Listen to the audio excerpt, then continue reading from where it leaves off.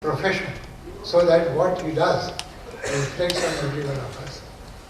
Now, please forgive me for saying something which would not be palatable, because I also didn't like it when I heard it. A lawyer from New York, some time back, there was at some such function or seminar, and there was a lawyer from New York who was also there. There were many lawyers from outside. After that function was over, she walked up to me and she said, "People think we are mercenary." I mean, that lawyer from Indian origin, but then brought up in America and practicing there in New York. She said, "People think we Americans," that is, she is an American Indian, she said that we are mercenary. But here I find the latest index of the standing at the bar is the make of car the lawyer has, and then how many does he have? Bentley, Mercedes, this, that. Of course, I don't even know all the names I can tell. So, now, MC Sitalwal, just think of what he was. I hope none of you will take offense if I say, at least I can't think of a lawyer as yet in my living memory who has surpassed Sitalwal. Now, you see, Sitalwal is not remembered for what he heard. Or, you see, the kind of palaces he may have built, or the fleet of cars he had. Sitalwal is remembered something else, Palkiwala, another tension. You see, then like that.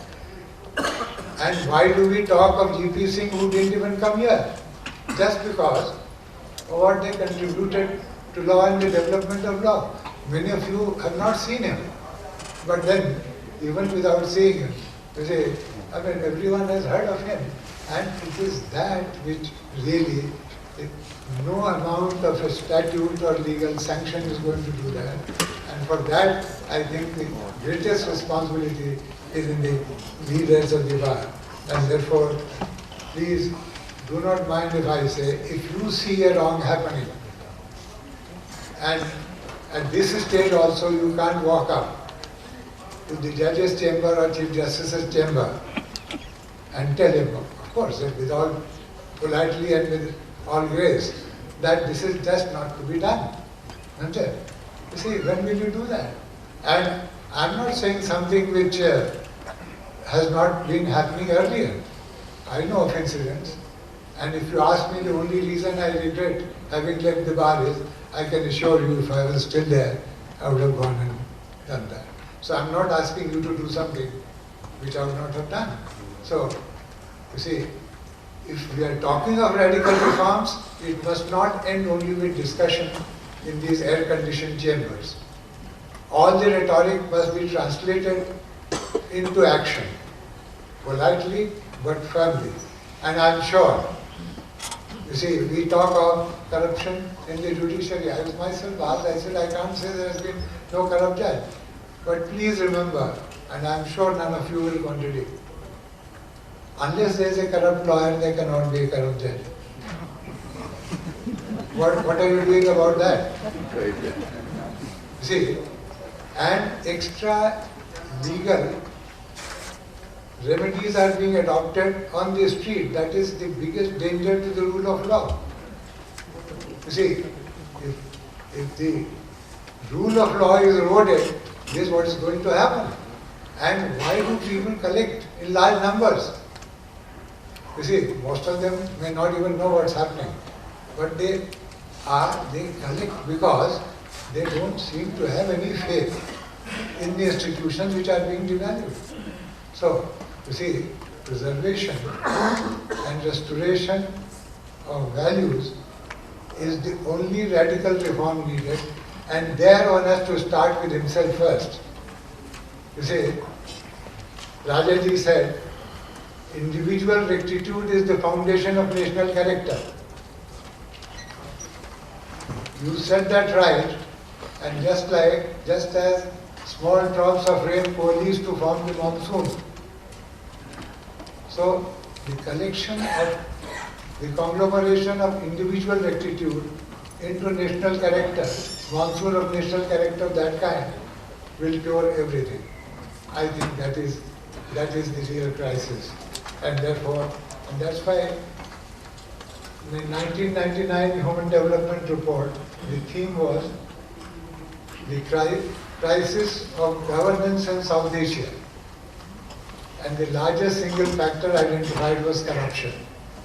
Now, also please do not interpret or give a very narrow meaning to the word corruption.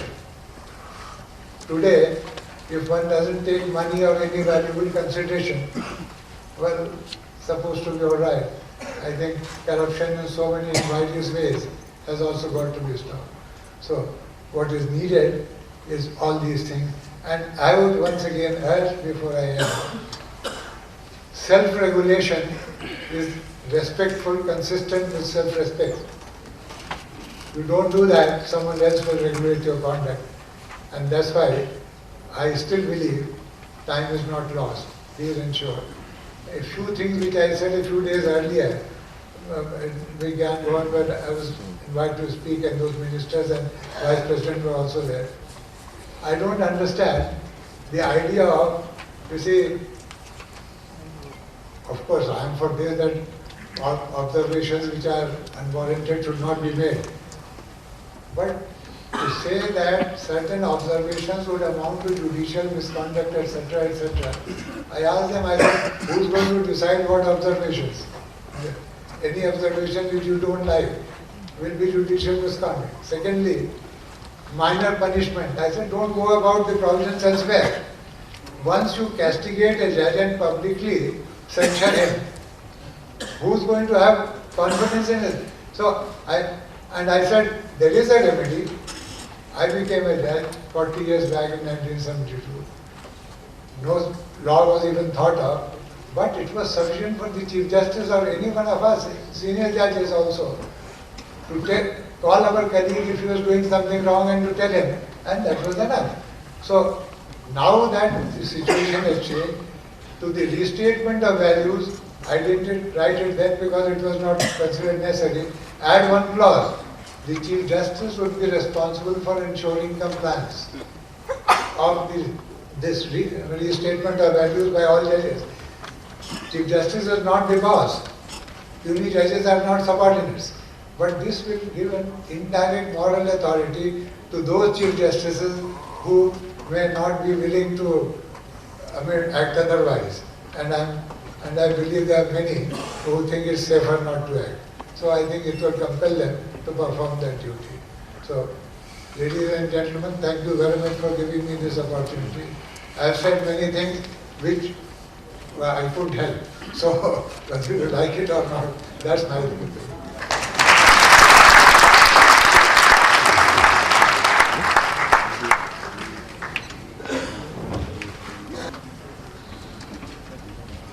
Thank you, Justice Verma.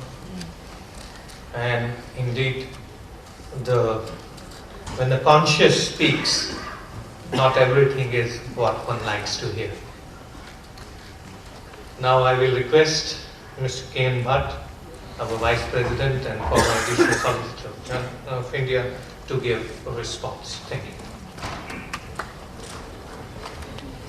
Mr. President and friends, I did not exactly know what I am supposed to do in this particular program of response. In fact, I asked some of them, and when I saw my name suddenly yesterday afternoon, I didn't know it earlier. Then I thought that my role is something like this. Jethamalani would appreciate it because it is like in a bridge game. There are two characters. One is a declarer, the other is a dummy. And I am that dummy, supposed to be. My job is at the end of the game, criticize whatever the declarer has done, whether he has done it well or not. Unless I criticize, people will mistake that I don't know the subject. So, now, Chief Justice Verma is praised for many things and accused for one thing, for devising a contraption in 1992, which probably he thought that it was for a short time. But nobody wanted to replace it, and it is continuing and doesn't work. That apart, but he is not the only one responsible for it. There are 6 people who agreed with him. That is, I am referring to the machinery to appoint the judges. That is the one which in second judge's case which has happened. The second one about Justice G.P. Singh, when he said, it was Sorabjee who first told me that, look, this is a very good book on interpretation of statutes. Because in those days only Maxwell and Craig were being referred to. So I read it, and of course I was no one to disagree with Soli. So I liked it. His second edition, when it came, or second or third, the editor wanted to look it more impressive. So it said former Chief Justice and Governor of Madhya Pradesh, because he was acting as a governor during the short vacancy that was there in the office. So I wrote a letter to him that, look sir, you are a very well-respected person. By adding this former governor, it doesn't add to your prestige or anything, etc. So he promptly replied, he said, I am very grateful to you for pointing it out. I didn't intend to do it, and next edition onwards it will not be there, and it was not there. And compare it with several of our worthy contemporaries who suddenly became doctors overnight. and we see that law reports whom we are seeing that justice so and so becomes doctor so and so, and we are all his patients.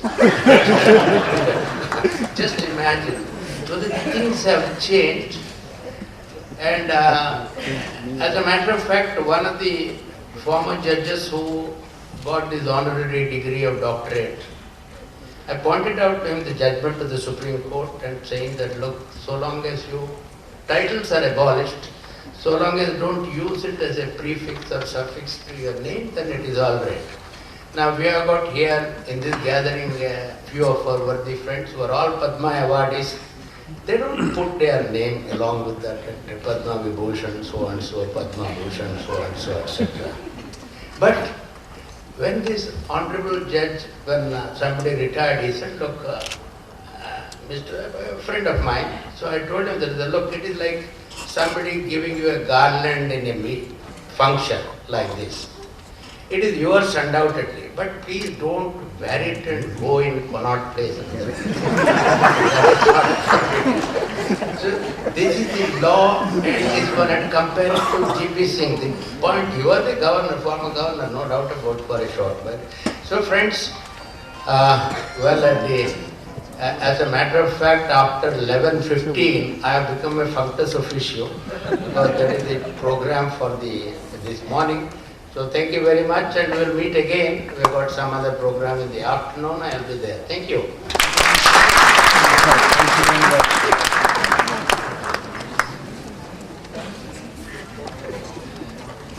Thank you. With such serious addresses, some laughter was well in order, and we got it sumptuously from Mr. Bhat. And also, he is able to say these lines with a straight face, adds to the humor. Now I will request our Associate General Secretary, Mr. Yakesh Anand, to give a vote of thanks.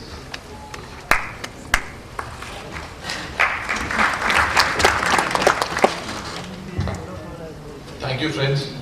On behalf of Bar Association of India, I want to thank all the delegates who have come from various parts of the country for attending this important convention on rule of law in crisis, need for radical reforms. I want to thank Chief Justice Verma for inaugurating this convention. I want to thank Mr. Justice Reddy, former Judge Supreme Court of India and presently Chairman Law Commission of India, for being a guest of honor. I want to thank Mr. Anil B. Divan for leading us to organize this convention. And I want to thank Mr. P.P. Rao, Associate President, Bar Association of India, Mr. Gainbad, Senior Vice President of BI, and for helping us and guiding us in organizing this convention. Friends, I want to acknowledge the presence of some of our office bearers and senior lawyers who have come from all parts of the country, like Mr. Soli J, Mr. Jethamalani, Mr. Shankar Das, Mr. Ashok Desai, Mr. Surendra Desai, B.V. Acharya, Ms. Sita Vedalingam, Mr. M.S. Prasad, Mr. Rajita, Mr. Uday Vanjikar, Yakesh Anand, V. Shekhar, Mr. Apur Sharma, Vice President, Bar Council of India, Mr. Jitendra Mahapatra, Triveni, Ortega.